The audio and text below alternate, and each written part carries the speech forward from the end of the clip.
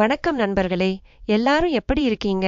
இன்னைக்கு நம்ம சேனல்ல ரொம்ப சுவாரஸ்யமான, அதே சமயம் நம்ம எல்லாருக்கும் ரொம்ப பிடிச்ச ஒரு விஷயத்தை பத்தி தான் பார்க்க போறோம்.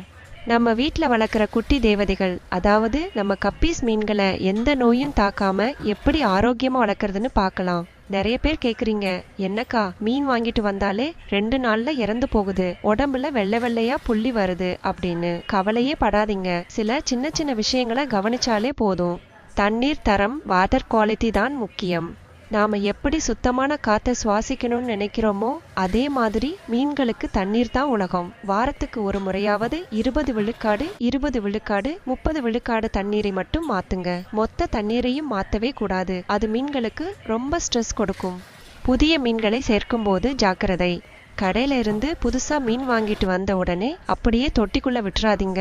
அதுல ஏதாவது தொற்று இருக்கலாம். அதனால ஒரு சின்ன கிண்ணத்துல கொஞ்சம் கல்லுப்பு கலந்த தண்ணியில 5 நிமிஷம் விட்டுட்டு அப்புறம் மெதுவா உங்க மீன் தொட்டிக்குள்ள விடுங்க. இது ஒரு சூப்பர் டிப்ஸ்.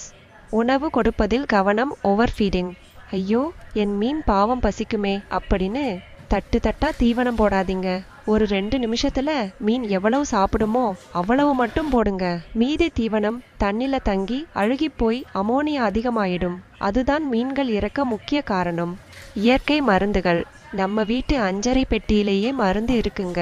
கொஞ்சம் கல் உப்பு மற்றும் பாதாம் இலை, இந்தியன் ஆல்மண்ட் லீஃப். இந்த பாதாம் இலையை காய வச்சு தொட்டிக்குள்ள போட்டீங்கன்னா அதுல இருக்கிற டானின் மீன்களுக்கு இயற்கையான எதிர்ப்பு சக்தியை கொடுக்கும். வால் அழுகல், ஃபின்ரட் நோய்க்கு இது ஒரு அருமையான மருந்து. ஆக்சிஜன் மற்றும் செடிகள். முடிஞ்ச வரைக்கும் உங்க தொட்டில சில உயிருள்ள செடிகளை, லைவ் பிளான்ட்ஸ் வளர்க்க பாருங்க.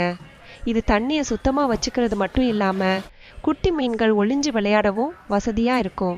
என்ன நண்பர்களே, இந்த டிப்ஸ் உங்களுக்கு பயனுள்ளதா இருந்ததா? உங்க வீட்ல இருக்கிற மீன்களுக்கு என்ன பேர் வச்சிருக்கீங்கன்னு கீழே கமெண்ட்ல சொல்லுங்க. இந்த வீடியோ பிடிச்சிருந்தா லைக் பண்ணுங்க. நம்ம சேனலுக்கு சப்ஸ்கிரைப் பண்ண மறக்காதீங்க.